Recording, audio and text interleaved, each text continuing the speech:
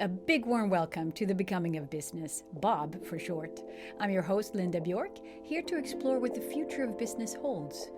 Where's the business world heading? How do we best prepare? Is business impacting evolution, or is it evolution that steers business? I've sat down with some of the most wise, brilliant, accomplished, and awesome people to hear their vision of a business world that will protect and enhance the evolution of humanity and what we need to do to get there. This dialogue series will launch April 3rd, 2024. Until then, please enjoy recordings from previous Becoming a Business panels from World Unity Week 2021. You'll find amazing insights and inspiration from best-selling author Dr. Robert Holden, Brigadier General Allison Solomon, Chief Dwayne Perry of the Ramapo-Lenape Indians, Fortune 100 CTO Stephanie Michko, former FBI executive Lauren C. Anderson. You see how many different people come together. So many more are here to share their wisdom. Let's listen in, lift our gaze in business, and become the kind of leaders that will make the future cheer for our contributions. Enjoy.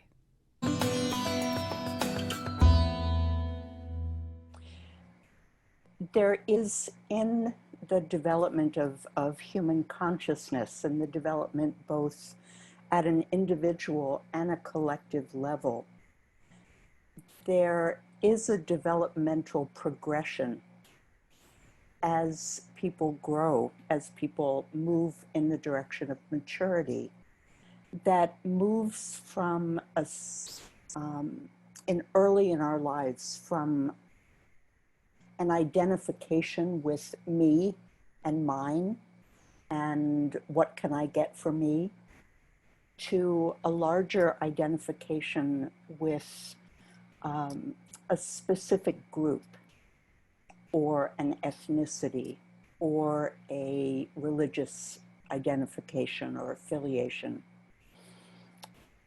And then it can move beyond that to an identification with all of humanity. And then it can move even beyond that to an identification with the whole of life.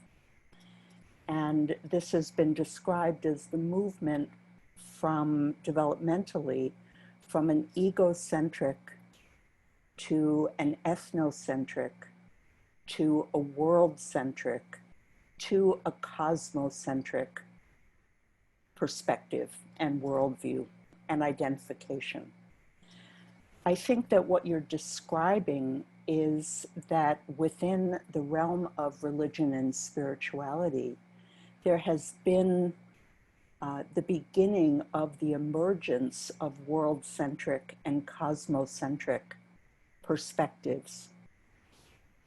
Those are the cutting edge developments within the world of religion and spirituality, while at the same time there are still many religions and possibly even still the center of gravity in the religious and spiritual world still operates at an ethnocentric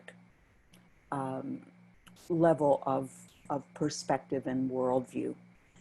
That's really the level where conflict is most likely to occur, where my way is the right way, our way is the right way, and I'll fight you over that. When we get stuck there, values like winning, like coming out on top, like valuing competition and winning competition become, the highest values that guide us. And any cooperation that occurs at that level is, as you said, transactional in the sense of we can ally temporarily so that ultimately I still want to come out and my group come out on top. It takes a real shift in consciousness and a real deepening and maturation of worldview to be able to recognize that all of us, that what benefits the whole will also benefit my group, will also benefit me.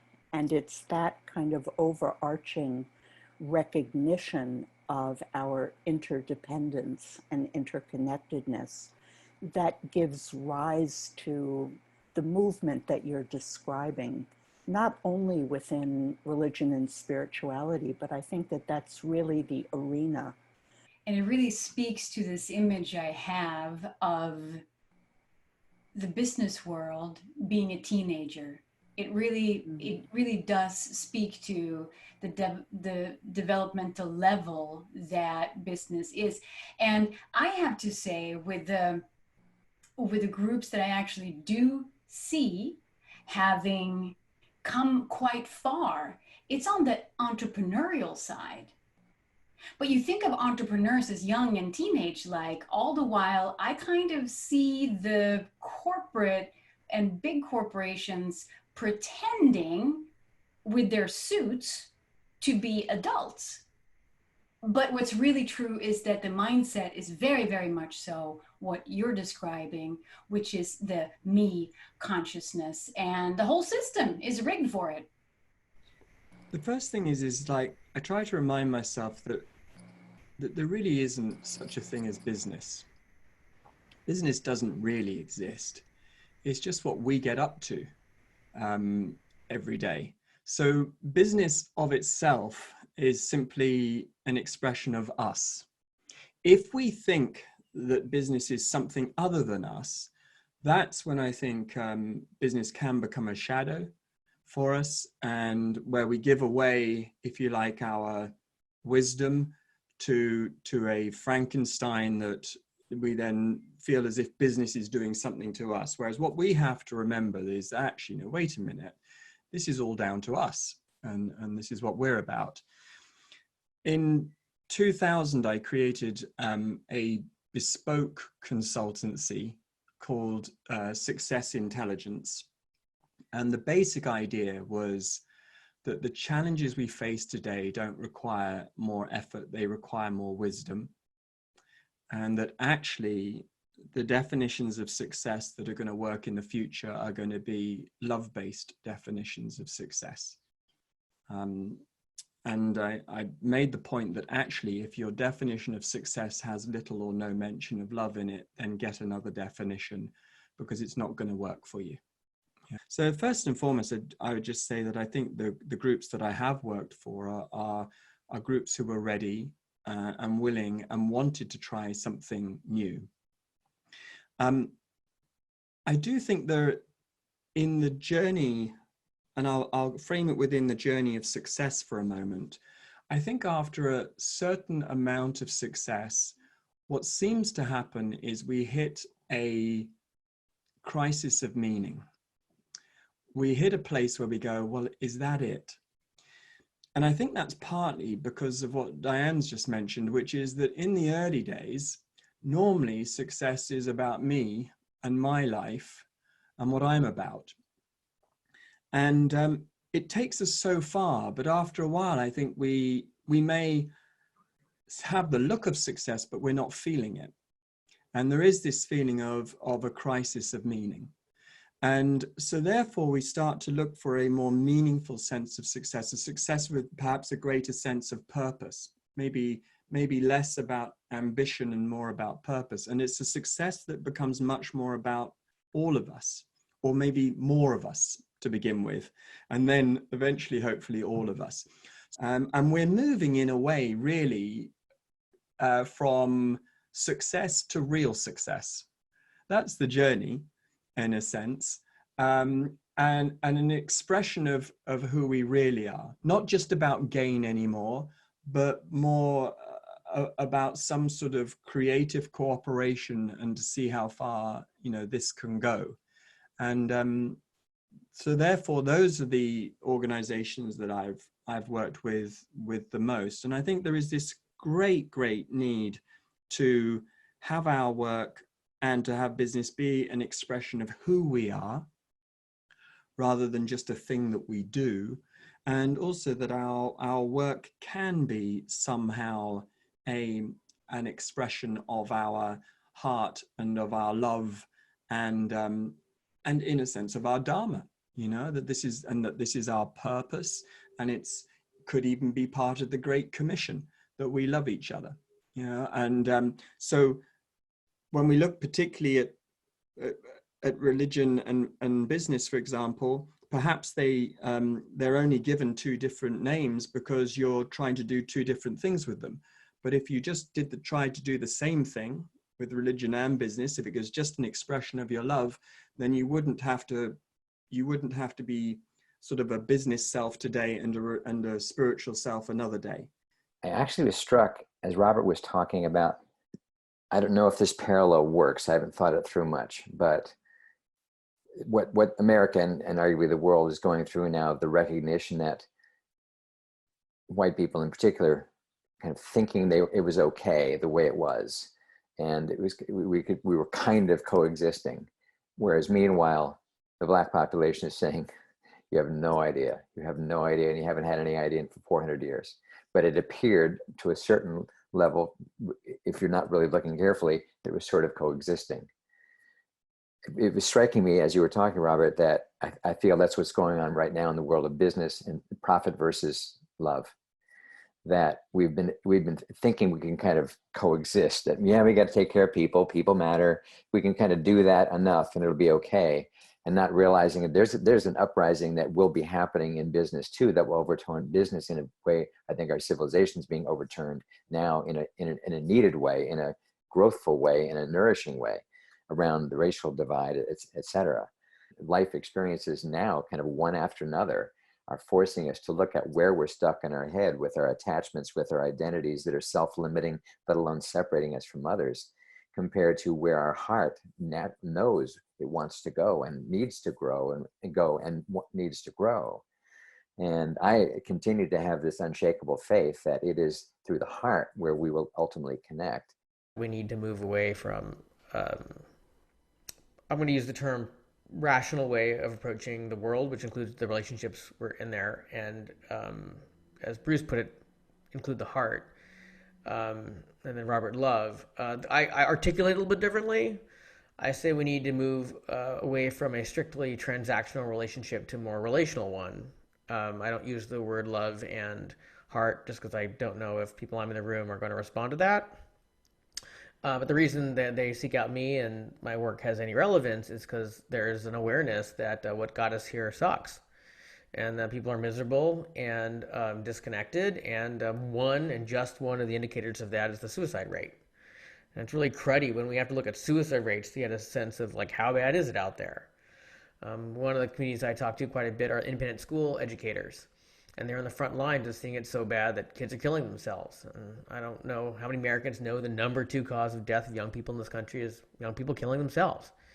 So there's an acknowledgement that all the rules, the rubrics we use to organize ourselves, be they in businesses and organizations for, 2 generations, have not gotten us the place we want to be at.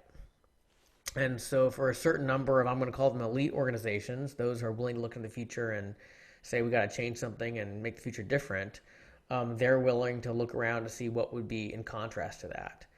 And unfortunately, that's in direct contrast to the rules of strict capitalism, which is extract, exploit, justify relationships by how much you can extract and exploit and declare victory. And if you can externalize costs, even better. And that's what got us here. And it's a difficult conversation to say to someone, all right, if you want something better, if you want to connect people in ways that they're satisfied, connect in ways that they feel supported, connect in ways they feel safe, the first thing that's got to happen is you've got to approach that relationship by asking something other than how much, how quick, and how long can I get something from them. And once we throw away that assumption, then we can talk about how we're going to build something that's different. But how do we actually help the business community? Because they will be kicking and screaming at this, you know that. so how do we help the shepherding process from this unsustainable, me first teenager into a different kind of maturity. What we're looking at is good for the profit line, actually, for most companies. The point is, we're probably just pointing out that the purpose of your business isn't profit. Profit serves the purpose of your business. Profit's just an enabler that you get to do the business with. Business shouldn't be scared of us. You know, business shouldn't be scared of us, and we shouldn't be scared to be ourselves in whatever it is that our business is. I'm about my Father's business. You know, but whatever your business is, you know, pour your heart into it, pour your love into it, pour your soul into it. Business can handle that. Be courageous, and know that it, in many ways, it's all a state of mind, and ultimately business should be an expression of who we really are. So I often like to say to people, you know, if you think something is missing in your life, it's probably you. Thank you for listening, and thank you for being part of creating a business world that deserves to live up to its full potential. Make sure to like, subscribe, put as favorite, mark your calendar, put a note on the fridge, whatever you need to do to remember to check back on April 3rd, 2024 to catch new episodes of Bob Dialogues airing on Wednesdays. You'll find the full-length episodes of these Bob panels from World Unity Week at thebecomingofbusiness.com. And if making a big impact as a leader is your thing, check out lindabjork.org. Until we meet again, much love.